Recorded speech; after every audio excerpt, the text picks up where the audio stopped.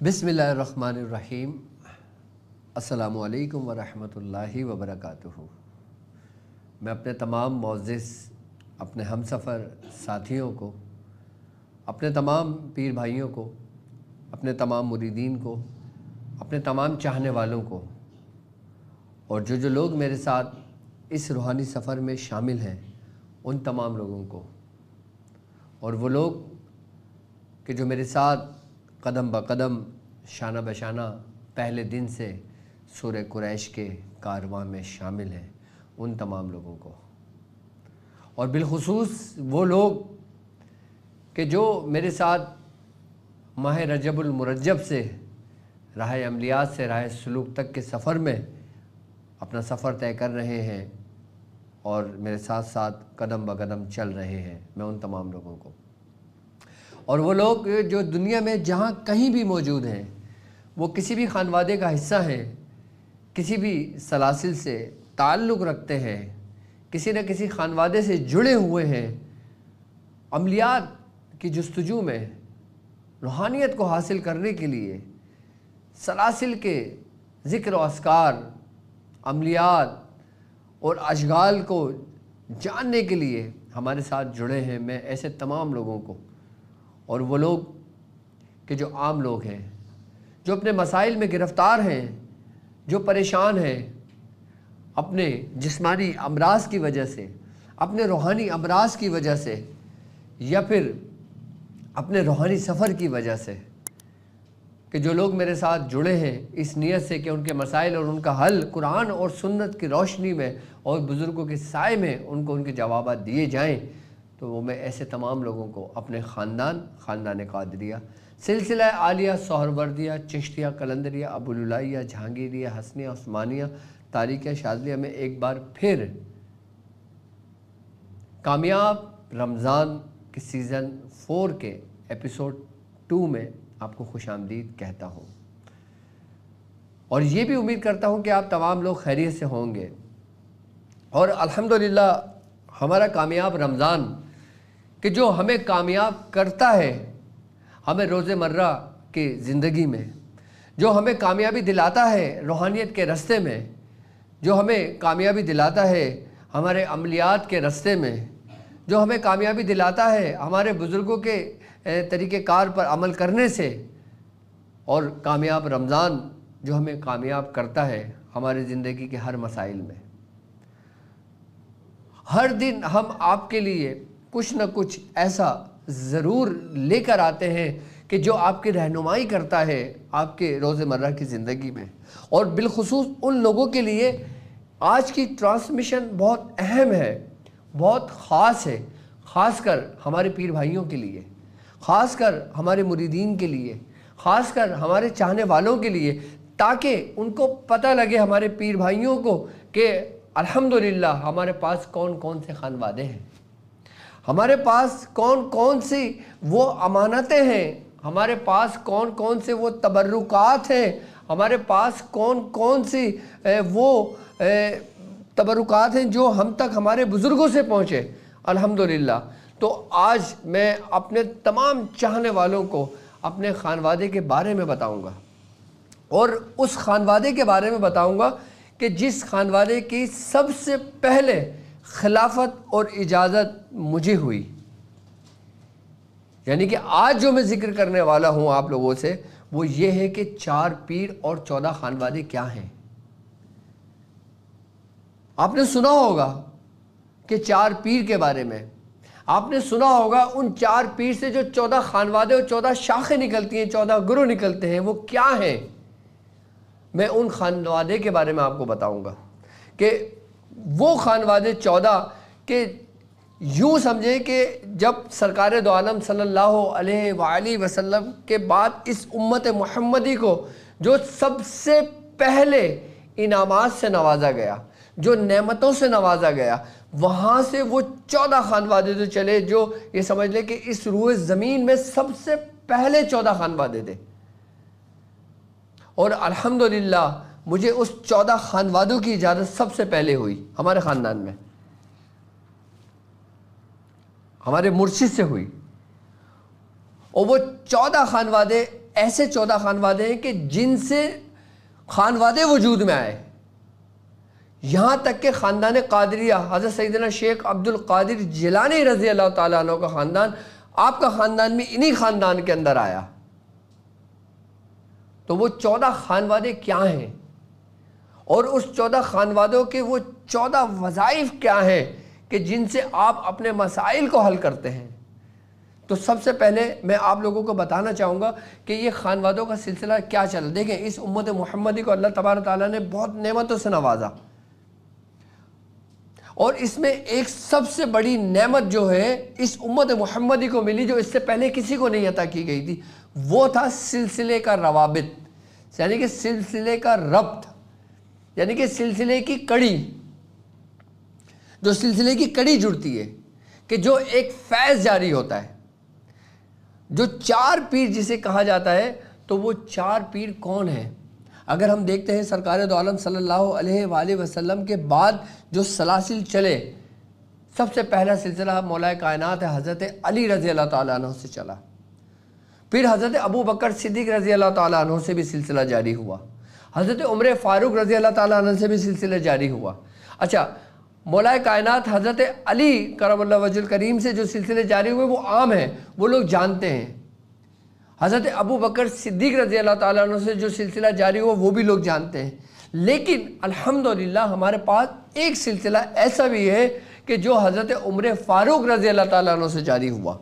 میں آج اس سلسلے کے بارے میں بھی آپ کو بتاؤں گا، لیکن سب سے پہلے میں آپ کو بتاؤں گا کہ 4 پیر کون ہیں۔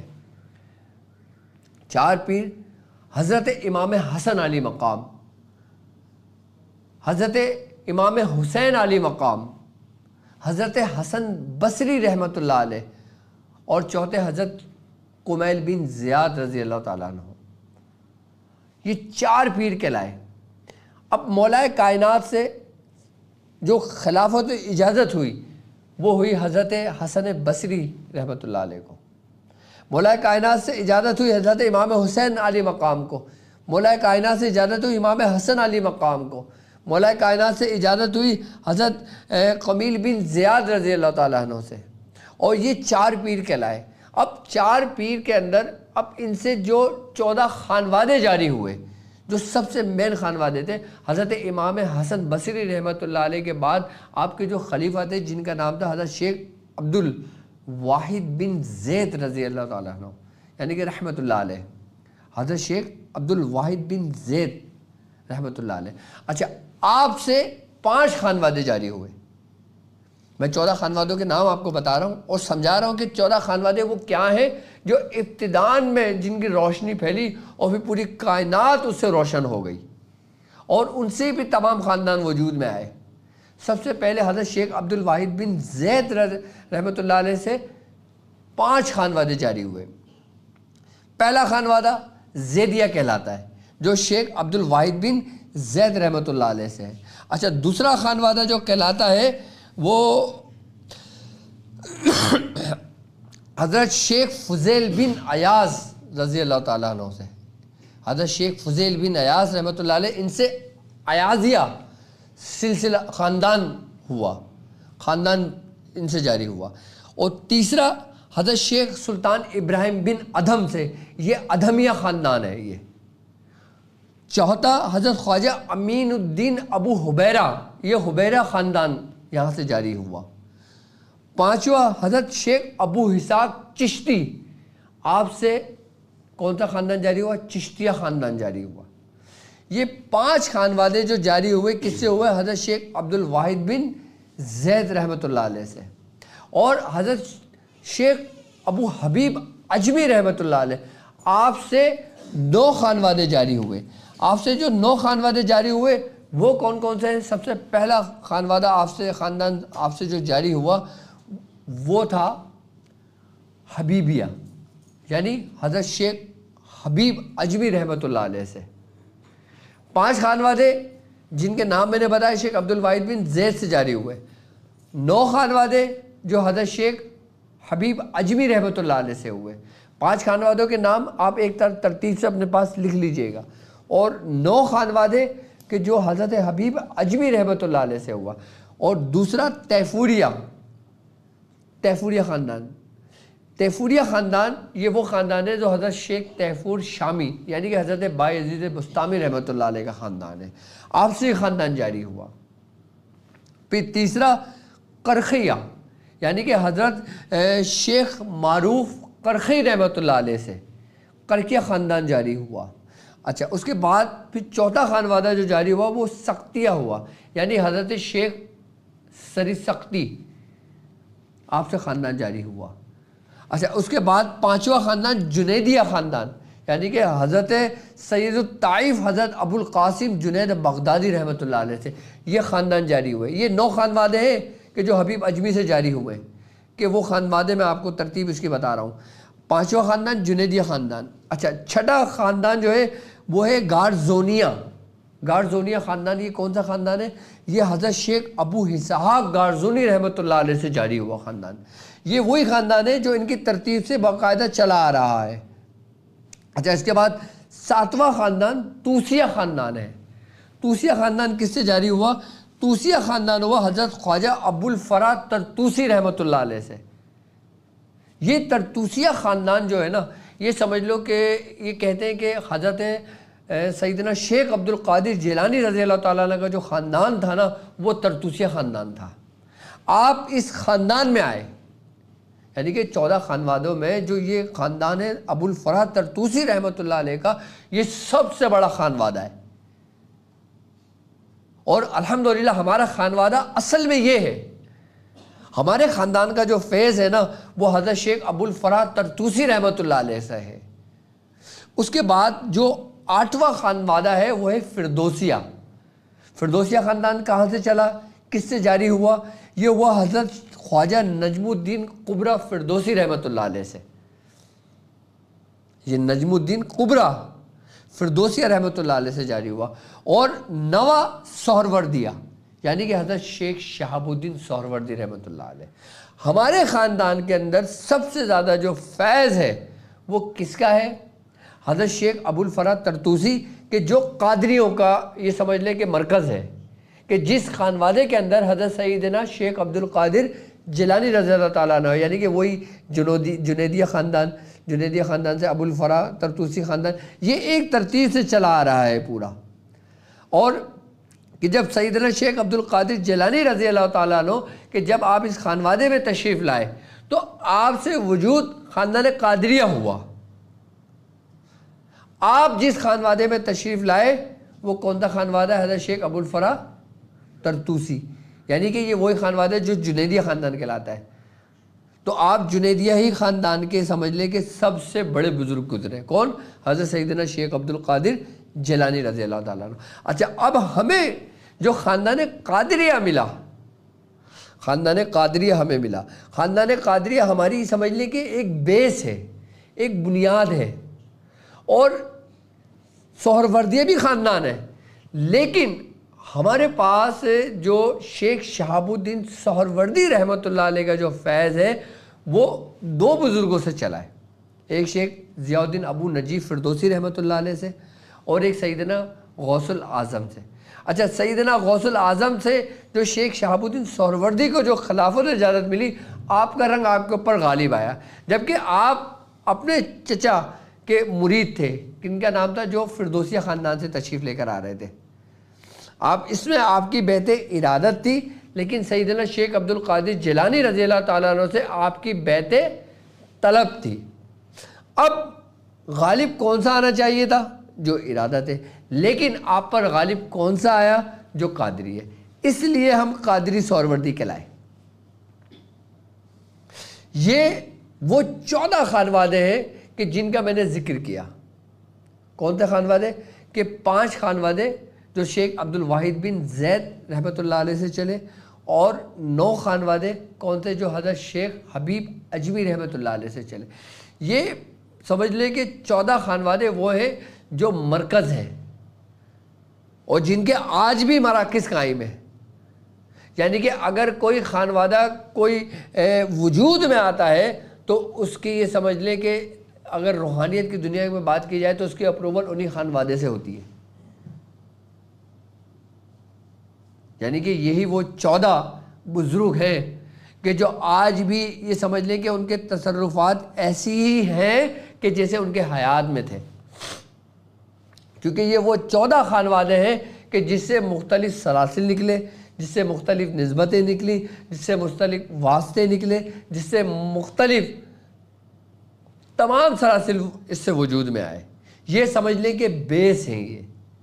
اور الحمدللہ ہمیں جب خلافت اجازت ہوئی تھی، جب مجھے شاید یاد پڑتا ہے 2006 میں یا 7 میں جب مجھے خلافت اجازت ہوئی تھی، تو میاں حضور نے اپنے منہ سے یہ بات کہی تھی کہ میں 14 خانوادوں کی خلافت و اجازت اور مجھے جو کچھ تمام سلاسل مجھے میرے بزرگوں کی طرف سے ملے وہ میں تم کو عطا کرتا ہوں. الحمدللہ میرے پاس، اور یہ اس وقت کی بات بتا رہا ہوں کہ جب تک آج کے جو ہمارے پیر بھائی ہیں وہ اس وقت موجود نہیں تھے، لیکن ہمارے پاس الحمدللہ وہ محفل ہے اور وہ تمام تبرکات موجود ہیں. تو ہمیں الحمدللہ 14 خانوادوں کی خلافت و اجازت ہوئی، اور انہی 14 خانوادوں سے پھر تمام خانوادے، تمام سلاسل کی نسبتیں جڑتی چلی گئیں. لیکن ہمارے جو سلاسل میں بزرگان دین گزرے، اب جیسے مثال کے طور پہ ہمارے دادا حضرت عثمان علی شاہ رحمۃ اللہ علیہ، آپ کے اوپر جو نسبت غالب آئی وہ ابو العلائی آئی، جبکہ آپ کا خاندان قادری رہا. ہمارا خاندان قادری رہا، لیکن ان کے اوپر جو نسبت غالب آئی وہ کون سی نسبت غالب آئی؟ ابو العلائی. اچھا، خاندان قادریہ کے اندر محفل سما نہیں سنی جاتی. خاندان قادریہ کے اندر محفل سما نہیں سنی جاتی. اس میں صرف اور صرف ذکر و اذکار ہوتا ہے اور محفل نعت خوانی ہوتی ہے، اور کچھ بھی نہیں ہوتا اس کے علاوہ. جبکہ جب ابو العلائی سلسلے کی نسبت ہمیں ملی تو ابو العلائی کی نسبت سے پھر ہم لوگوں نے محفل سما سننا شروع کری. اب میں آپ کو بتاؤں نا کہ اگر ہمیں اپنے ابتدائی دور کی بات بتاؤں تو ہمارے میاں حضور محفل سما نہیں کرتے تھے. محفل سما نہیں کرتے تھے. کیوں؟ کیونکہ ان پر وہ رنگ غالب تھا جو خاندان قادریہ کا تھا. لیکن جب خواجہ حضرت عثمان علی شاہ رحمۃ اللہ علیہ کہ جب آپ کی نسبت غالب آئی، یعنی کہ جب آپ کا آخری وقت آیا، تو آپ یہ ذمہ داری میاں حضور کو لگا کے گئے کہ اب تم نے محفل سما جاری کرنا ہے، تم نے محفل سما سننا ہے. تو خاندان قادریہ اور پھر سلسلہ ہمارا سہروردیہ، اور پھر سہروردیہ کے اندر اس کے بعد پھر قطب الدین بختیار کاکی رحمۃ اللہ علیہ سے پھر وہاں سے ہمارے 2 سلسلے جاری ہوئے، ایک قلندریہ اور دوسرا چشتیہ. قطب الدین بختیار کاکی رحمۃ اللہ علیہ، آپ کو خواجہ خواجگان خواجہ معین الدین چشتی رحمۃ اللہ علیہ سے فیض ہے. کس سے فیض ہے؟ خواجہ قطب الدین حضرت خواجہ معین الدین چشتی رحمۃ اللہ علیہ سے. تو آپ کا خاندان چشتی ہے. تو ہمارے ہاں الحمدللہ چشتیوں کا بھی فیض ہے. اچھا، اب چشتی سلسلہ، چشتی خانوادہ جو حضرت شیخ ابو الاسحاق چشتی شامی رحمۃ اللہ علیہ سے جو چلا، ان سے تقریباً 12 گروہ نکلے. کتنے گروہ نکلے؟ 12 گروہ نکلے. اب 12 گروہ کے اندر جو پھر سلسلے وجود میں آئے، اس کے اندر جیسے قطب الدین بختیار کاکی رحمۃ اللہ علیہ، حضرت بابا فرید مسعود گنج شکر رحمۃ اللہ علیہ، پھر صابریہ سلسلہ حضرت صابر پیر رحمۃ اللہ علیہ سے، پھر نظامیہ سلسلہ حضرت نظام الدین اولیاء محبوب الہی سے، پھر حضرت جمال الدین ہاسوی رحمۃ اللہ علیہ جمالیہ سلسلہ، پھر حضرت شیخ جلال الدین قبور اولیاء رحمۃ اللہ علیہ قدوسیہ سلسلہ. اچھا، عملیات کا جو زور رہا ہے وہ ہمارے کس خاندان میں رہا ہے معلوم؟ وہ رہا ہے شتاریہ خاندان میں. کیونکہ حضرت شیخ غوث محمد گوالیار رحمۃ اللہ علیہ آپ شتاری تھے. شتاریہ خاندان ہمیں جو ملا وہ خواجہ منظور حسین شاہ صاحب سے ملا ہمارے میاں حضور کو، اور ان سے پھر شتاریہ خاندان ہمیں ملا، یعنی کہ شتاریہ مداریہ خاندان. اور صابریہ خاندان سے حضرت شیخ عبدالقدوس گنگوہی رحمۃ اللہ علیہ، آپ کو بھی عملیات پہ پورا عبور حاصل تھا، اور وہاں پہ غوث محمد گوالیار رحمۃ اللہ علیہ۔ اب اس 14 خانوادے سے مختلف سلسلے نکلے، اب پھر اس میں واسطے جڑتے گئے۔ ہمارے خاندان کے اندر جو 14 خانوادے آئے وہ حضرت شیخ حضرت مخدوم جہانیہ جہانگش رحمۃ اللہ علیہ سے آئے۔ یہ جتنے بھی اہل سادات جو گزرے مختلف سلاسل کے اندر، مختلف خانوادے کے اندر، وہ تمام کے تمام جو جز بنتے ہیں نا، وہ ان 14 خانوادے کے بنتے ہیں، یہاں سے تمام پھر چلے آ رہے ہیں۔ اچھا، پھر اس میں یہ ہے کہ جو 14 خانوادے ہیں نا، ان کے 14 خانوادوں کے 14 وظائف ہیں۔ کیا؟ 14 خانوادوں کے 14 وظائف ہیں جو باقاعدہ طور پہ ان خانوادوں میں رائج ہے۔ وہ آپ چاہے اپنے دنیاوی مقاصد کے لیے کر لیں، وہ چاہے اپنے روحانیت میں ترقی کے لیے کر لیں، وہ چاہے آپ اپنے یہ سمجھ لیں کہ فتوحات کے لیے کر لیں، اور یہ 14 وظائف ان 14 خانوادوں سے منسوب ہیں۔ 14 وظائف ان 14 خانوادوں سے منسوب ہیں۔ اب وہ 14 وظائف کیا ہیں؟ سب سے پہلا وظیفہ میں آپ کو بتاتا ہوں، یہ ہے سب سے پہلا حضرت خواجہ عبد الواحد بن زید رضی رحمۃ اللہ علیہ سے، جو خاندان کہلاتا ہے زیدیہ۔ آپ کے خاندان کے اندر ہے کہ جو شخص سورہ فلق، کیا؟ جو شخص سورہ فلق 313 مرتبہ 40 روز تک پڑھتا ہے، اللہ تبارک و تعالیٰ اسے غیب سے مدد کرتا ہے۔ یعنی کہ اس کے یہاں جو رزق اس کو ملتا ہے نا، وہ غیب سے ملتا ہے۔ جسے کہتے ہیں نا کہ غیبی خزانے جس کے اوپر جاری ہو جائے، لوگوں کے اندر طلب ہوتی ہے نا کہ جو شخص یہ چاہے کہ اس کے اوپر غیب کے دروازے کھول دیے جائیں، تو وہ شخص سورہ فلق 313 مرتبہ پابندی کے ساتھ 40 دن مکمل کر لے، اس کو رزق کی پریشانی نہیں ہوگی، وہ کبھی مفلس نہیں ہوگا، وہ کبھی محتاج نہیں ہوگا۔ اچھا، اس کے علاوہ بھی جو جادو کے ذریعے رزق باندھ دیا جاتا ہے، اگر کسی کو جادو کے ذریعے رزق بندش کر دی گئی، رزق باندھ دیا گیا، تو یہ سمجھ لو کہ اس سے کھول دیا جاتا ہے۔ جو شخص 313 مرتبہ سورہ فلق پڑھتا ہے تو اس سے رزق کی بندش اس سے کھول دی جاتی ہے، اس کے گھر میں فراوانی ہوتی ہے۔ اچھا، دوسرا حضرت شیخ فضیل بن ایاز، یعنی کہ ایازی خاندان کا جو ہے وظیفہ ہے، وہ ہے یا اللہ یا رحمان یا رحیم۔ کیا ہے؟ یا اللہ یا رحمان یا رحیم۔ عصر اور مغرب کے بعد جو شخص یا اللہ یا رحمان یا رحیم 500 مرتبہ پڑھتا ہے، یہ سمجھ لے کہ اس کی روحانیت کو قائم رکھتا ہے، رجت میں نہیں آتا، اور اس کو سمجھ لے کہ اپنے خانوادے کا فیض ملتا ہے اس کو۔ یا اللہ یا رحمان یا رحیم، اس کے بارے میں، اس خانوادے کے بارے میں کہا جاتا ہے کہ یہ اس خانوادے کا اسم اعظم ہے۔ آپ دیکھیں نا، ہم لوگ 24 کی نیاز کرتے ہیں، 17 کی نیاز ہوتی ہے ہمارے یہاں، تو اس میں یہ اسم سر فہرست ہے۔ کیوں؟ کیونکہ اس اسم کی یہ تاثیر ہے کہ یہ آپ کے اندر کے تقدیر کو بدل دیتی ہے۔ جو شخص ہمارے سلاسل میں ہے، وہ عصر اور مغرب کے بعد یا اللہ یا رحمان یا رحیم اس کو اپنے اوپر لازم کر لے۔ اچھا، اس سے صرف یہ نہیں بلکہ اسے دنیاوی معاملات میں بھی فائدہ ہوگا۔ یہ وہ وظائف میں بتا رہا ہوں کہ اگر جن کو آپ پڑھ لیں، جس مقصد کے لیے پڑھنا چاہیں، سب سے بڑی بات یہ ہوگی کہ اس سے آپ کو رجت نہیں ہوگی، آپ کو یہ ڈر نہیں ہوگا، اور جس مقصد کے لیے یہ وظائف پڑھے جائیں گے اس میں ان لوگوں کے لیے آسانیاں ہو جائیں گی۔ تیسرا حضرت سلطان حضرت ابراہیم بن ادھم یعنی کہ ادھمیہ خاندان جو ہے وہ ہے سورہ فاتحہ کا عمل، یعنی کہ سورہ فاتحہ کا وظائف۔ اس میں سورہ فاتحہ 49 مرتبہ پڑھی جاتی ہے۔ کتنی مرتبہ؟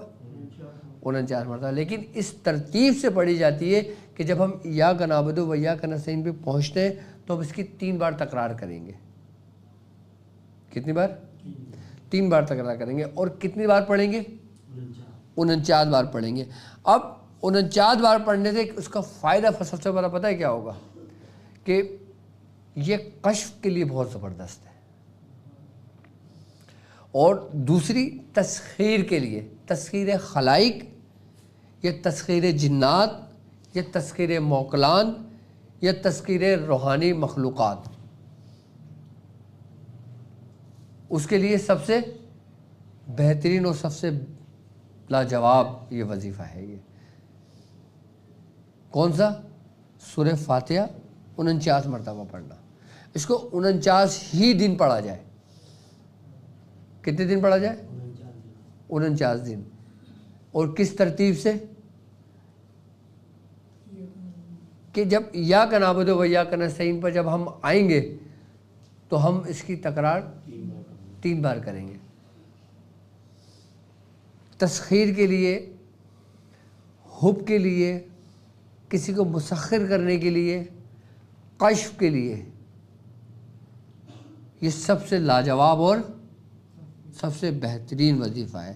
اور چوتھا جو ہے حضرت خواجہ امین الدین ابو حبیرہ یعنی کہ حبیرہ خاندان سے ہے۔ وہ کون سا وظیفہ ہے؟ وہ یا قافی المہمات۔ کیا؟ یا قافی المہمات۔ یہ 900 مرتبہ پڑھا جائے گا، اور یہ ہے ہر دشواری مراحل کے لیے، یعنی کہ ہر وہ کام کہ جس کے بارے میں کہا جاتا ہے کہ یار یہ ناممکن ہے۔ اب تمہارے پاس پہاڑ جیسا قرضہ ہو گیا، تم قرض تلے دبے ہوئے ہو، تمہیں کوئی رستہ نہیں مل رہا، تمہارے ہر کام میں رکاوٹ ہوتی ہے، ہر کام میں پریشانی ہوتی ہے، تو تم فجر کی نماز کے بعد یا قافی المہمات 900 مرتبہ پڑھنا شروع کر دو۔ کہتے ہیں کہ 9 دن گزرتے ہیں نا تو اس کے اسباب بننے شروع ہو جاتے ہیں، یعنی کہ اگر اس کا قرضہ پہاڑ کے برابر بھی ہے، اس کو 90 دن نہیں گزرتے کہ اس کا قرضہ اترنا شروع ہو جاتا ہے۔ بعض بزرگ فرماتے ہیں کہ 90 دن کے اندر ہی قرضہ اتر جاتا ہے پورا، ہر اس کام کے لیے جو سمجھ لیں کہ جس کے بارے میں کہا جاتا ہے کہ ناممکن ہے۔ اب وہ کام، اب جیسے مثال کے طور پر آج کل ایک مرض بہت تیزی سے پھیلا ہے جسے مودی امراض کہا جاتا ہے، کینسر کہا جاتا ہے۔ اب مریض کو 900 مرتبہ یہی کافی المہمات پڑھ کے پانی دم کر کے اس کو پلانا شروع کر دیں، 90 دن کے اندر اندر ختم ہو جائے گا اس کے اندر سے۔ یہ وہی 14 وظائف میں ان 14 خانوادوں کے بتا رہا ہوں آپ کو۔ اس کے بعد پھر چشتیہ خاندان کا، چشتیہ خاندان کا سب سے بہترین وظیفہ جو ہے نا وہ ہے سورہ نبا۔ کیا؟ سورہ نبا 30ویں پارے سے جہاں سے شروع ہوتا ہے۔ عصر کے بعد آپ 3 مرتبہ سورہ نبا پڑھنا شروع کر دیں عام لوگ کے لیے، لیکن جو لوگ اس کا عمل باقاعدہ چشتیہ خاندان میں اس کا عمل بھی کرایا جاتا ہے، وہ 70 مرتبہ سورہ نبا پڑھی جاتی ہے، بھی 70 دن تک، وہ پھر وہ عمل کی صورت میں اختیار کر جاتی ہے۔ لیکن وظائف کے لیے سورہ نبا 3 مرتبہ عصر کے بعد پڑھ لیں۔ اس کا فائدہ کیا ہوگا؟ آنکھوں کے لیے لاجواب ہے، ان لوگوں کے لیے کہ جن کی بینائی ضائع ہو گئی، بینائی تک لوٹ آتی ہے سورہ نبا کی برکت سے۔ مطلب کہ جن کا آپریٹ ہوا، پہلے وہ دکھائی دیتا تھا، اب ان کو پھر دکھائی نہیں دیتا، اب مطلب ڈاکٹر سے کوئی غلطی ہو گئی یا کوئی اس کو مرض لاحق ہو گیا کہ جس سے اس کی بینائی جاتی رہی، وہ شخص سورہ نبا پڑھنے شروع کر دے، نہیں پڑھ سکتا تو سننا شروع کر دے، سننے کے بعد اور پھر اس کو الفاظ کو دہراتا رہے۔ عصر کے بعد 3 مرتبہ اس کو پڑھنا شروع کر دے سورہ نبا، آنکھوں کے سمجھ لو کہ تمام امراض کے لیے ہے. کس کے لیے؟ آنکھوں کے تمام امراض کے لیے. یعنی کہ جس کی آنکھوں میں جالا آ جائے، موتیا آ جائے، اندھا پن آنکھوں میں آنے لگے، یا آنکھوں کی بیماری، آنکھوں کی کوئی سی بھی بیماری ہو، سورہ نبا اس کے لیے سب سے بہترین ہے. سورہ نبا 3 بار پڑھ کے، اچھا وہ آگے کو ڈراپ ڈالتا ہے تو آنکھوں میں دم، اس میں ڈراپ میں دم کر لے، وہ اپنی آنکھوں میں ڈالے، تو اس کا فائدہ کیا ہوگا کہ اس کی بینائی لوٹ آئے گی. یہ چشتیہ خاندان کا سمجھ لیں کہ سب سے بہترین وظیفہ ہے یہ سورہ نبا کا. اچھا یہ وہ 5 خانوادے ہو گئے کہ جن کا میں نے ذکر وہ کیا کہ جو حضرت عبد الواحد بن زید آپ سے 5 خانوادے چلے. اب ان 9 خانوادے کے وظائف کہ جو حضرت شیخ حبیب اجمی رحمۃ اللہ علیہ سے چلے، یعنی کہ حبیبی خاندان کے اندر یہ سمجھ لیں کہ سورہ اخلاص، کیا سورہ اخلاص یہ کثرت سے پڑھی گئی ہے، اور جو شخص 1000 مرتبہ سورہ اخلاص پڑھتا ہے، سورہ اخلاص چشتیہ خانوادے میں بھی پڑھی گئی ہے، لیکن اس خانوادے کی ایک عجیب تاثیر ہے. بڑے بڑے بزرگوں نے، بڑے بڑے خانوادوں نے اس خانوادے کی باقاعدہ سورہ اخلاص کی اجازت لی ہے. حضرت شیخ حبیب اجمی رحمۃ اللہ علیہ کی. شیخ حبیب اجمی رحمۃ اللہ علیہ کون بزرگ ہیں معلوم ہے؟ یہ حضرت امام حسن بصری رحمۃ اللہ علیہ کے خلیفہ ہیں. آپ کا ایک واقعہ میں آپ کو بتاؤں، مجھے یاد آ گیا کہ آپ دریا کے کنارے تھے. کون؟ حضرت حبیب اجمی رحمۃ اللہ علیہ اور حضرت امام حسن بصری رحمۃ اللہ علیہ.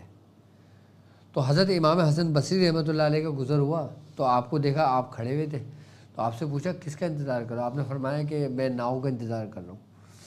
تو آپ نے فرمایا کہ ناؤ کا انتظار کر رہا ہو تو تم ایک کام کرو نا، اللہ کا نام لو، اپنا قدم رکھو، اپنا سفر کر لو. کس نے کہا؟ حضرت امام حسن بصری رحمۃ اللہ علیہ. آپ کا کیا مقام تھا؟ آپ ان کے پیر ہیں. کس کے؟ حضرت حبیب اجمی رحمۃ اللہ علیہ کے.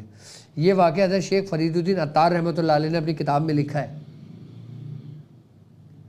حضرت حبیب اجمی رحمۃ اللہ علیہ نے اپنے پیر کے منہ سے یہ بات سنی اور آپ نے قدم رکھا، دریا پار کرنے چلے گئے.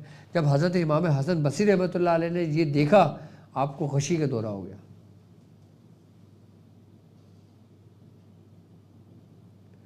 تو کیا حضرت حبیب اجمی رحمۃ اللہ علیہ کا مقام حضرت امام حسن بصری سے زیادہ تھا؟ نہیں. والسابقون والسابقون کہ سبقت لے جانے والے لوگ تھے وہ.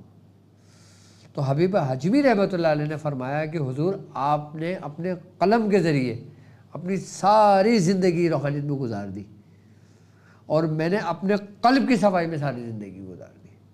حضرت فرید الدین عطار رحمۃ اللہ علیہ لکھتے ہیں اپنے واقعہ یہ کتاب میں. اور حضرت امام حسن بصری رحمۃ اللہ علیہ کا کیا مقام کہ آپ کی ریاضت کا مقام یہ تھا کہ آپ مصلی اپنا سمندر میں بچھا کے نماز پڑھ لیا کرتے تھے. حضرت رابعہ بصری رحمۃ اللہ علیہ آپ کے دور ایک ساتھی دور گزرا ہے. جب آپ نے دیکھا کہ حضرت امام حسن بصری رحمۃ اللہ علیہ نے جا نماز بچھا دی تو آپ نے اپنی جا نماز اٹھائی، ایسے جھڑکا اور ہوا میں بچھائے، وہ ہوا میں معلق ہو گئی. آپ نے اس میں کھڑی ہوئی نماز پڑھ لی. کہا اس میں کیا کمال ہے؟ اے حسن اس میں کمال نہیں ہے. تو کیا حضرت رابعہ بصری کا مقام آپ سے زیادہ تھا؟ نہیں. یہ بزرگوں کے معاملات ہیں، یہ ان کے حالات ہیں. ایک دفعہ حضرت رابعہ بصری رحمۃ اللہ علیہ آپ اپنے ایک ہاتھ میں پانی کا مشکیزہ اٹھائے ہوا اور ایک ہاتھ میں آپ نے آگ اٹھائی ہوئی، اور آپ بصرہ کی گلیوں میں دوڑ لینے رہی تھی. تو حضرت امام حسن بصری رحمۃ اللہ علیہ نے آپ سے پوچھا کہ اے خاتون کہاں جاتی ہو تم؟ آپ نے فرمایا کہ جو لوگ جنت کی لالچ میں اپنے رب کی عبادت کرتے میں اس کو اس آگ سے جلا دوں گی، اور جو لوگ جہنم کے خوف سے رب کی عبادت کرتے میں اس پانی سے جہنم کی آگ کو بجھا دوں گی۔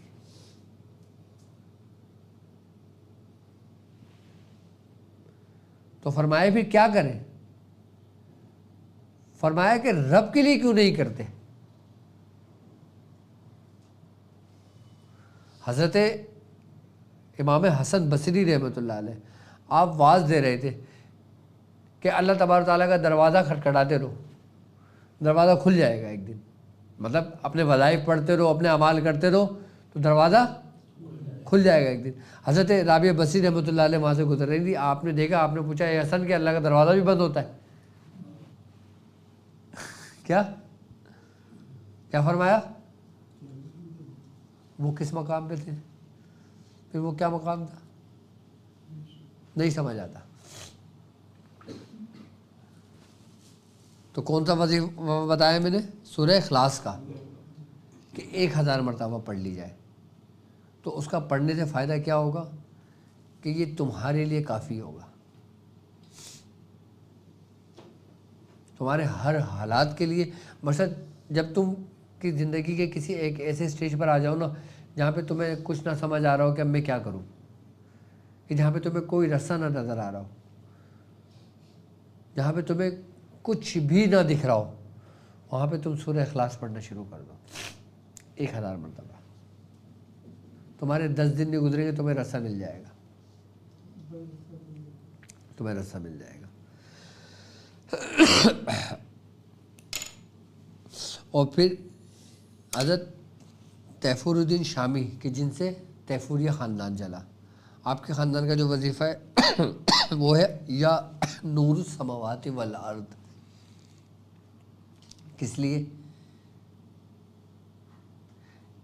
نبی کریم صلی اللہ علیہ وآلہ وسلم آپ دعا فرماتے تھے کہ اے باری تعالیٰ کہ میرے اندر نور بھر دے، میری آنکھوں میں نور بھر دے، میرے کان میں نور بھر دے، میرے جسم میں نور بھر دے، مجھے نور علی نور کر دے۔ آپ دعا فرماتے تھے نا۔ تو بزرگان دین فرماتے ہیں کہ اگر تم چاہو کہ اس نور کا حصہ تمہیں بھی ملے تو تم اللہ نور السماوات والارض پڑھا کرو۔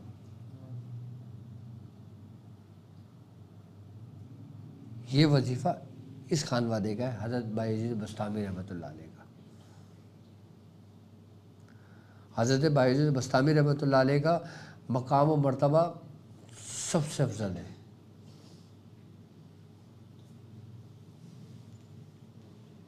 وہی بات آ گئی نا کہ ہم اور تم نہیں کر سکتے،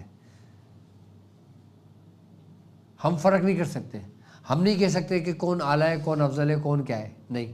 والسابقون والسابقون، قرآن کی یہ آیت ہے۔ ایک بات، یہ وہ لوگ ہیں جو سبقت لے گئے ایک دوسرے سے کہ ان کے مقام و مرتبہ اللہ ہی جانتا ہے کیا ہے۔ آئی بات سمجھ میں؟ اب سختیہ خاندان کا جو وظیفہ ہے وہ ہے سورہ کوثر کا۔ اچھا، جو لوگ اولاد کے لیے پریشان ہیں کہ جن کی اولاد نہیں ہے، وہ سورہ کوثر 500 مرتبہ 40 روز تک پڑھے۔ سورہ کوثر 40 روز تک پڑھے تو اللہ تبارک تعالیٰ انہیں اولاد کی نعمت سے نوازے گا۔ تو پھر جنیدیہ خاندان ہے، گارزونیہ خاندان ہے، توسیہ خاندان ہے، فردوسیہ خاندان ہے، سوروردیہ خاندان ہے۔ اچھا، میں اولاد کے لیے سورہ کوثر ہو گئی۔ اچھا، 8واں کیا ہے کہ سورہ طارق کی آیت، سورہ طارق 25 مرتبہ پڑھنا۔ کیا؟ کس لیے؟ آصف، جنات، شیاطین، ان سے دور رہنے کے لیے۔ جو شخص 4 کیل لے اور ہر کیل پر 25 مرتبہ سورہ طارق پڑھ کے دم کرے اور اس کو لگا دے، کیا؟ اس کو اپنے گھر کے اندر کیل دے، اس کا فائدہ کیا ہوگا کہ آصف سے گھر محفوظ رہے گا، شیاطین جنات سے گھر محفوظ رہے گا، اور ہر قسم کی ناگہانی آفتوں سے اس کا گھر محفوظ رہے گا۔ اب نواں حب کے لیے یعنی محبت کے لیے، یا حنانو یا بنانو یا دیانو بحق یا اللہ ہو، یہ حب کے لیے 300 مرتبہ پڑھا جاتا ہے عصر و مغرب کے درمیان. یہ نواں خاندان ہے. کس کے لیے؟ حب کے لیے. یا حنانو یا منانو یا دیانو بحق یا اللہ ہو. جس مقصد کے لیے پڑھو گے نا، حب کے لیے، محبت کے لیے، یہ بہترین وظیفہ ہے یہ. اچھا 10واں ہے اگر کوئی چیز گم ہو جائے کسی کی، کوئی چیز گم ہو جائے، چوری ہو جائے، مل نہیں رہی، رکھ کے بھول گئے، کوئی غائب ہو گیا، کوئی گھر سے روٹ کے چلا گیا، اس کے لیے 70 مرتبہ درود ابراہیمی، 70 مرتبہ درود ابراہیمی. اچھا 10واں خانوادے کا کیا ہے؟ 10واں ہو گیا. 11واں ہے دشمن کے خاتمے کے لیے سورہ فیل. کیا؟ یہ میں وظائف بتا رہا ہوں 14 خانوادوں کے. یعنی کہ اب دشمن تمہیں تنگ کر رہا ہے، تمہیں پریشان کر رہا ہے، تمہیں نقصان پہنچا رہا ہے، تمہیں ایذا دے رہا ہے، تمہیں آزمائشی میں مبتلا کیا ہوا ہے، تو اس کے لیے سورہ فیل 500 مرتبہ روز پڑھی جائے گی 40 روز تک. کتنی مرتبہ؟ 500 مرتبہ روزانہ. تو یہ سمجھ لو کہ دشمن نیست و نابود ہو جاتا ہے. اچھا 12واں جو ہے وہ ہے زمینی اور آسمانوں بلاؤں کو دور کرنے کے لیے، وہی ہے دافع البلیات. یہ بھی 500 مرتبہ پڑھا جاتا ہے اور 21 روز تک پڑھا جائے گا. یہ دافع البلیات یہ کسی بھی ٹائم پڑھ لیا جائے رات کے وقت. اچھا 13واں خاندان یا حفیظ و یا سلام ہو. ہاں 500 بار پڑھا جائے گا. یہ بھی کس لیے؟ حفاظت کے لیے، حصار کے لیے، حفاظت کے لیے، حصار کے لیے، یا حفیظ و یا سلام ہو. اب 14 جو ہے نا وہ ہے رشتے کے لیے. سورہ یاسین کی آیت نمبر 36 ہے. رشتے کے لیے سب سے زیادہ لوگ پریشان ہوتے ہیں. سورہ یاسین کی آیت 36ویں آیت سبحان الذی خلق الازواج جو آیت ہے، یہ 36 مرتبہ پڑھی جائے گی 36 روز تک اور 36 دن پڑھی جائے گی. تو 36 دن کے اندر اندر یہ سمجھ لو کہ رشتہ ہو جاتا ہے. میری وہ بہنیں جو پریشان ہیں رشتوں کے لیے، یا وہ بھائی جو پریشان ہیں رشتوں کے لیے، وہ اس میں 36 مرتبہ اسی آیت کو پڑھیں 36 روز تک، تو انشاءاللہ ان کا رشتہ ہو جاتا ہے. ٹھیک ہے. تو یہ میں نے آپ کو 14 وظائف بتا دیے اس کے، اور 14 خانوادے بتا دیے آپ کو.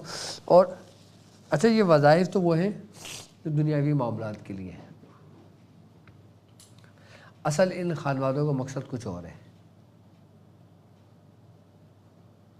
اب ظاہر سی بات ہے ہمارے ساتھ اہل سلاسل بھی موجود ہیں، اور وہ لوگ بھی موجود ہیں جو اپنے مسائل اور ان کے حل کے لیے ہیں، جو وظیفے کے لیے ہیں. آئی بس سمجھ میں؟ تو اس کے لیے اب کوئی سوال ہو تو مجھے بتا دینا کچھ. تو باقی یہ ہے کہ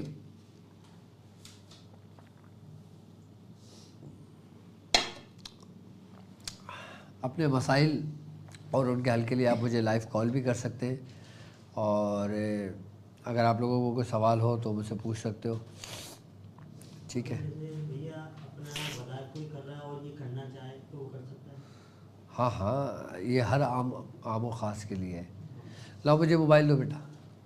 اپنے مسائل اور ان کے حل کے لیے آپ ہمیں لائیو کال کر سکتے ہو، اور اگر کسی کے متعلق جاننا چاہتے ہیں یا عملیات میں کوئی پریشانی کا سامان ہے یا کوئی ہے مشکلات، تو اس کے متعلق بھی ہم سے لائیو کال کر سکتے ہیں. جی السلام علیکم.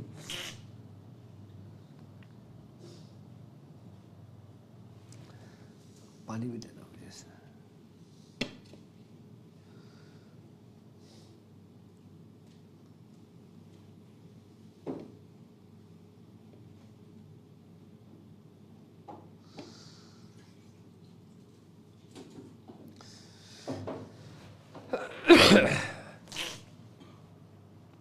باقی یہ وہ 14 خانوادے ہیں کہ جن سے تمام خانوادے وجود میں آئے. اچھا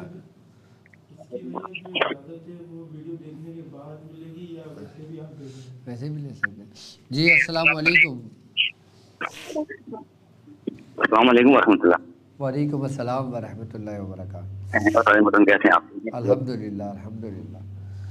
اچھا سید مطلب ایک تھوڑی سی پرابلم آ رہی تھی. ایک تو میں نے تقریباً 1 سال سے میں آپ سے لیکن وہ پہلے بھی ہم یاد لائن میں تھا، لیکن 1 سال سے آپ کے ضائع کی رہتی ہے، لیکن مجھے مالی پریشانی بہت زیادہ شروع ہو گئی ہے نا، اور اب تو انتہا ہو گئی ہے. اس بارے میں اگر کچھ رہنمائی فرما دیں. کس کے متعلق؟ مالی پریشانی ہو رہی ہے بہت زیادہ. اچھا 1 سال سے آپ سے مالی پریشانی کے لیے مالی پریشانی کے لیے ایک کام یہ کریں کہ سورہ اخلاص 1000 مرتبہ روز پڑھنا شروع کریں. 1000 مرتبہ 1000 مرتبہ سورہ اخلاص پڑھیں، ان شاء اللہ تعالیٰ آپ کی مالی پریشانی دور ہو جائے گی. اگر 1000 مثال کے طور پہ نہیں پڑھ سکتے تو کم از کم ایک تسبیح ضرور پڑھیں اس کی، سورہ اخلاص کی، اور ہر دفعہ میں بسم اللہ پڑھی جائے گی. جی السلام علیکم. السلام علیکم. جی السلام کہاں علیکم. سے بات کر رہے ہیں؟ جی انڈیا سے بول رہا ہوں میں. میرا نام محمد شکیل ہے، آپ کا شاگرد. جی جی بولیں. ہیلو. جی جی میں سن رہا ہوں. جی میں آپ کا شاگرد بول رہا ہوں انڈیا سے. میرا نام محمد شکیل ہے. سورہ قریش کے لشکر میں آپ کے شامل ہوں میں شروع سے. ٹھیک ہے. 3 سال سے. جی میں نے آپ سے پہلے بھی سوال کیا تھا ڈاکٹر صاحب، مجھے نظر نہیں آتا کچھ بھی. کیا سوال تھا ان کا؟ جی ہیلو. سوال ہیلو. سوال کیا ہے آپ کا؟ جی میرا سوال یہی ہے حضرت، مجھے کچھ نظر نہیں آتا. 3 سال ہو گئے آپ کے ساتھ جڑے نظر ہوئے. نہیں آتا تو میں نے آپ کو بتایا نا سورہ جی کچھ نبا. بھی ہاں سورہ نبا کا عمل کریں. یہ آپ کی ظاہری اور آپ کی باطنی آنکھ دونوں کے لیے بہت فائدہ مند ہے. سورہ نبا عصر کے بعد آپ 3 مرتبہ اس کو روزانہ پڑھا کریں. جی السلام علیکم. جی وعلیکم السلام ورحمۃ اللہ وبرکاتہ. جی استاد محترم کیسے ہیں آپ؟ الحمدللہ الحمدللہ. استاد محترم آپ کی ٹرانسمیشن دیکھ کر بہت خوشی ہوتی ہے اور ملتا ہے. اللہ پاک آپ کو سلامت کرتے ہیں. جی جی بولیں.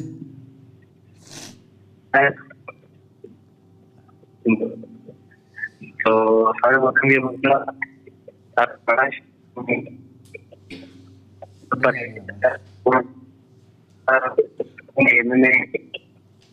نہیں آ رہی آواز. نہیں آ رہی آواز.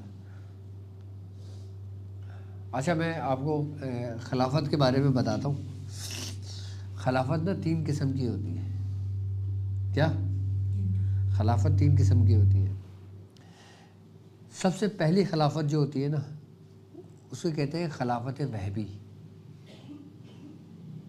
دوسری ہوتی ہے خلافت قذبی. کیا؟ قذبی.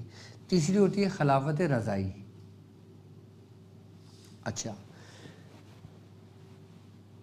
وہبی کیا ہے، قذبی کیا ہے اور رضائی کیا ہے؟ سب سے پہلے خلافت رضائی یہ ہوتی ہے کہ پیر اپنی مرضی سے دیتا ہے. اس لیے دیتا ہے پیر اپنی مرضی سے کہ اللہ تعالیٰ اس کو اس نعمت کی برکت سے ہدایت دے یا یہ اپنی تربیت مکمل کرے آگے. یعنی کہ اب جیسے مثال کے طور پہ میں ہوں، اب میرا کوئی مرید ہے، اب وہ میرا مرید وہ کر رہا ہے تو میں نے بولا اپنے شیخ سے میاں آپ اس کو خلافت دے دیں. اب میاں نے اس کی تربیت تو نہیں کی نا، لیکن وہ مرید ہے تو میاں بولتے ہیں اچھا جاؤ میں نے تمہیں خلافت دی. تو یہ خلافت رضائی کہلاتی ہے. یعنی کہ پیر اپنی مرضی سے جس کو چاہتا ہے عطا کر دیتا ہے، دے دیتا ہے. یعنی کہ اب وہ اس نے چلہ کراؤ یا نہ کراؤ، وظیفہ پڑھاؤ یا نہ پڑھاؤ، وہ دنیا دار ہو، یہ آخرت میں ہو یا کچھ بھی ہو یا دنیا دار ہو، پھر اپنی مرضی سے بول رہا ہے کہ یار جا تو نے میری خدمت کی ہے، تجھے اس کا اجر مل جائے گا، جا میں نے تجھے خلافت دے دی. وہ کیا کہلاتی ہے؟ وہ خلافت رضائی کہلاتی ہے. اچھا خلافت قذبی کیا ہے؟ خلافت قذبی اس خلافت کو کہتے ہیں کہ جیسے مثال کے طور پہ ایک شخص نے ریاضت کری ہے، محنت کری ہے. اب کوئی شخص سورہ مزمل شریف پڑھ رہا ہے، وہ 360 بار روز پڑھ رہا ہے، 120 بار پڑھ رہا ہے. سورہ قریش پڑھ رہا ہے، اب سورہ قریش نے سوالات کر لیے، اب اس پہ ریاضت کر رہا ہے، نماز کی پابندی کر رہا ہے، گناہوں سے بچا ہوا ہے. آئی بس سمجھ، اب وہ سلسلے کا حصہ بن گیا ہے، بزرگوں کی صحبت اختیار کی ہوئی ہے اس نے، ہر قسم کی اس سے خرافہ سے دور ہے. اب وہ تزکیہ نفس کر رہا ہے اپنا. تو جب مرید کسب کرتا ہے، یعنی کہ ریاضت کرتا ہے، مشقت کرتا ہے، محنت کرتا ہے، تو پھر اس کو خلافت دی جاتی ہے. پھر شیخ دیکھتے ہیں نا کہ یار میں نے اس کو سورہ قریش دی ہوئی ہے، اب میں سورہ قریش کا نور اس کے اندر دیکھ رہا ہوں، اب یہ اس چیز کا اہل ہے کہ یہ اس خلافت کے بوجھ کو اٹھائے گا. اچھا خلافت کا بھی ایک بوجھ ہوتا ہے. اچھا رضائی کا بوجھ نہیں ہے کوئی. رضائی تو ایسی ہے نا کہ اپنی مرضی دے دی، وہ نہیں دے دی تو دے دی، بس نام لکھ گیا کہ بھائی یہ خلیفہ ہے. کیا دے دی تو دے دی. خلافت واپس نہیں لی جاتی اور نہ لی جا سکتی ہے. یہ سمجھ لیں کہ کمان سے نکلا ہوا تیر ہے. ہاں یہ لائف ٹائم کے لیے ہوتی ہے. اچھا رضائی خلافت یہ ہوتی ہے کہ وہ صرف تمہارے حد تک محدود رہتی ہے، لیکن قذبی جو خلافت ہوتی ہے وہ آگے منتقل ہوتی ہے. اب ایک شخص کی تربیت ہی نہیں ہے، اب ایک شخص نے تربیت ہی نہیں لی، ایک شخص نے محنت ہی نہیں کری، ایک شخص نے ریاضت ہی نہیں کری، اب وہ کسی اور کی تربیت کرے گا؟ جب اس کی خود کی تربیت نہیں ہے تو وہ دوسرے کی تربیت کیسے کرے گا؟ تو اس لیے وہ اس کی ذات تک محدود ہے. ہاں یہ تبرک ہے اس کے لیے، یہ نعمت ہے اس کے لیے کہ اس کے پیر نے اس کو خلیفہ کہا ہے اپنا. اس سے بڑی اور کیا بات ہے؟ لیکن کسب جو ہے، کسب پھر وہ اپنے جیسا دوسرا تیار کر سکتا ہے. یعنی کہ اب مثال کے طور پہ تم نے سورہ قریش کی ترتیب تمہیں معلوم ہے، تمہیں پتہ ہے کہ سورہ قریش کس ترتیب سے پڑھی جاتی ہے، سورہ اخلاص کس ترتیب سے پڑھی جاتی ہے. تم اس منزل سے گزرے ہو، تمہیں معلوم ہے کہ میں نے یہ پڑھا، میرے ساتھ یہ واقعات ہوئے، یہ معاملات ہوئے، یہ حالات ہوئے میرے ساتھ. تو تم جب دوسرے کو تعلیم کرو گے تو تمہیں معلوم ہوگا کہ وہ کس کس منزل سے گزر رہا ہے، تو تم اس کی تربیت کر سکتے ہو. تو یہ خلافت قذبی کہلاتی ہے. اچھا خلافت وہبی کیا ہے؟ خلافت وہبی ہوتی ہے جو حکم ہوتا ہے. کیا کہ میرا فلاں بندہ آ رہا ہے اس کو خلافت دے دو، اب وہ چاہے کچھ کوئی بھی ہو. اب آپ کا اختیار نہیں ہے اسے پوچھنا کہ جیسے حضرت شیخ بہاؤالدین ذکری ملتانی رحمۃ اللہ علیہ کو خلافت ہوئی، آپ شیخ شہاب الدین سہروردی رحمۃ اللہ علیہ کی خدمت میں صرف 17 دن رہے. کتنے دن؟ آپ نے آپ کو خلافت اجازت دی اور آپ کو چلے گئے. ہمارے خاندان کے تھے ایک شیخ شرف الدین یحییٰ منیری رحمۃ اللہ علیہ، آپ کو خلافت ہوئی. مطلب وہ بھی وہ ہے جو وہب سے ہے، کہ جیسے ایک مادرزاد ولی ہوتا ہے جو ماں کے پیٹ سے ولی پیدا ہوتا ہے، اور ایک وہ ہوتا ہے جو ولی بنتا ہے. کیا؟ اپنے کسب سے بنتا ہے. ایسی ہی خلافت کا معاملات ہے یہ. اچھا وہی بھی خلافت میں نہیں معلوم ہوتا کسی کے ساتھ کیا ہو جائے. ہاں مطلب پری پلاننگ نہیں ہوتی اس کی، کچھ بھی ہو سکتا ہے. محفل چل رہی ہے، محفل رکوا دی، بلاؤ، خلافت اعلان کر دیا. اب جس کو دی جا رہی نہ اس کو معلوم ہے. اب مجھے جب خلافت ہوئی تھی، ہماری محفل چل رہی تھی، 17 کی محفل تھی اور سالانہ محفل تھی. اچھا ہمارا کام کیا تھا؟ ہم لوگوں کو کھانا کھلا رہے تھے. اب جب کھانا ہو جاتا ہے نا تو پھر اس کے بعد محفل سمجھ شروع ہو جاتی ہے. اب جب محفل سمجھ شروع ہو جاتی ہے نا تو اس کے بعد کچھ لوگ مہمان آتے ہیں تو ظاہر سی بات ہے ان کو خدمت کرنی پڑتی ہے، ان کو کھلانا پڑتا ہے. تو اب محفل سمجھ شروع ہو گئی تھی اور پھر ہم لوگوں کو کچھ مہمان آئے تھے، ہمارے پیر بھائی تھے، ہم ان کی خدمت کر رہے تھے، ان کو کھانا کھلا رہے تھے. تو اچانک بے حضور نے محفل رکوا دی.